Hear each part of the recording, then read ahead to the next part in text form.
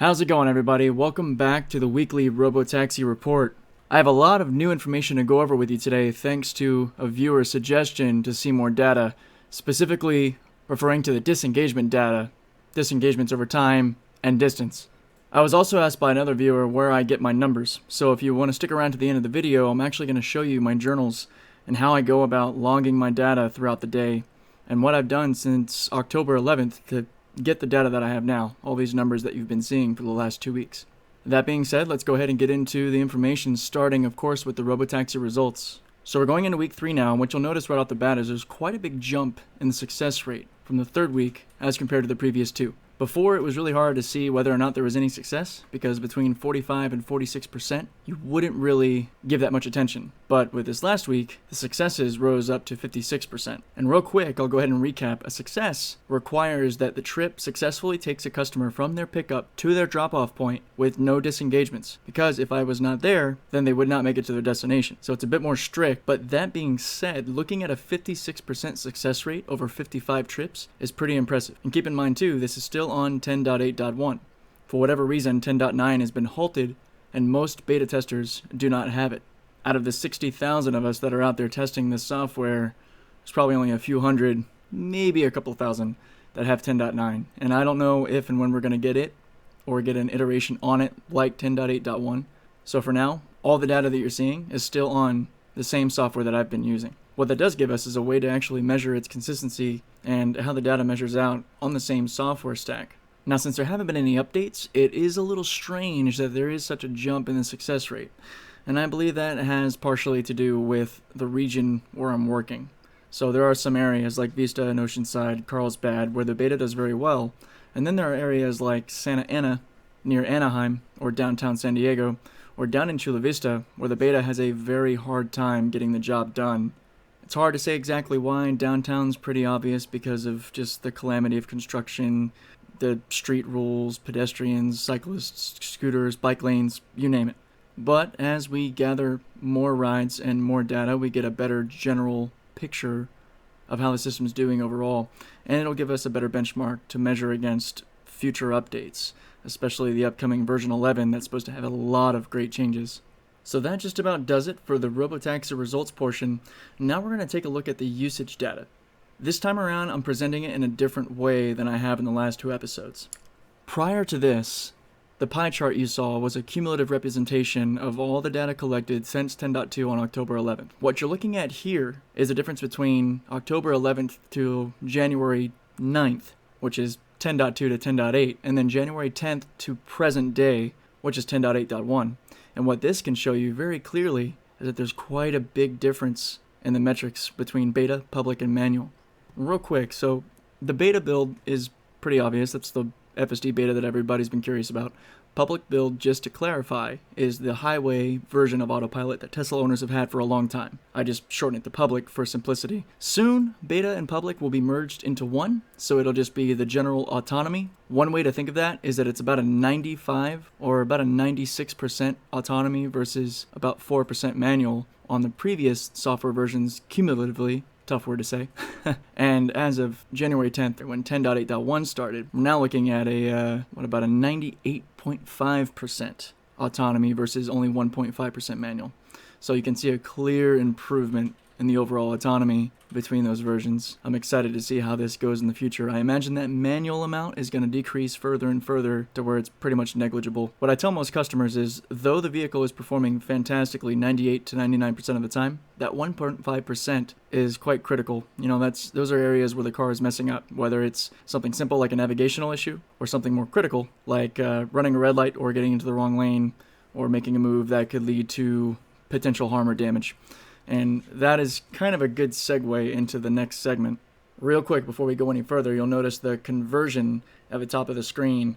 Given the amount of information I'm putting on the screen, trying to show miles and kilometers together is a bit much. So rather than flood the screen with a bunch of numbers more than it already has, you can just take the kilometers you're seeing, multiply it by that conversion, by 0.62, and you'll get the miles. I know it's a little extra work, but if you really want to see it in miles, that's how you do it. I operate in the metric system, but I do want to give you guys the opportunity to see it in the units that you're familiar with. So now what you're looking at is in fact a request by a viewer, which I was very grateful for, which is to look at disengagements over time. So I've done it both in distance and time. Now real quick, you'll notice that it's broken into two categories, simple and critical. These are all disengagements. So the total in simple includes the critical disengagements, just to make that clear. But the breakdown is that a simple disengagement is one that is really not a safety concern. It's more an issue that I'll encounter a lot with customers where the car will miss a turn or get into the wrong lane to potentially miss a turn or just do something generally too sloppy for me to be okay with. Those aren't issues that would lead to injury or damage to the vehicle or person, but they're still necessary disengagements. So they're a lot more frequent, which is why you see it here represented as one disengagement for every 34 kilometers driven. And this is gathered over 1,500, well, almost 1,600 kilometers in this last week. Now, critical disengagements are far less likely.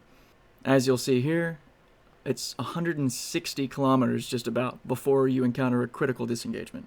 Over this last week, the total disengagements totaled 46, whereas the critical disengagements were only 10. Now, it's still more than I would like, but it does show you a very clear representation of there being far fewer critical safety concerns than a more standard disengagement that you'll encounter. Especially with the narratives going on lately with Green Hill or the Dawn Project or whatever that guy is representing and the things you see in the media, they want to make it sound like this software is dangerous, and there's a reason there hasn't been a single accident. For one, you've got good beta testers, but two, the system is really good. It is a lot less likely to end up in a situation where there's going to be a critical scenario versus simple. And we'll be able to watch that over time now, which is something I'm really excited about. Now, using that same data, what I did was I just broke it down into time. So, 34 kilometers per disengagement.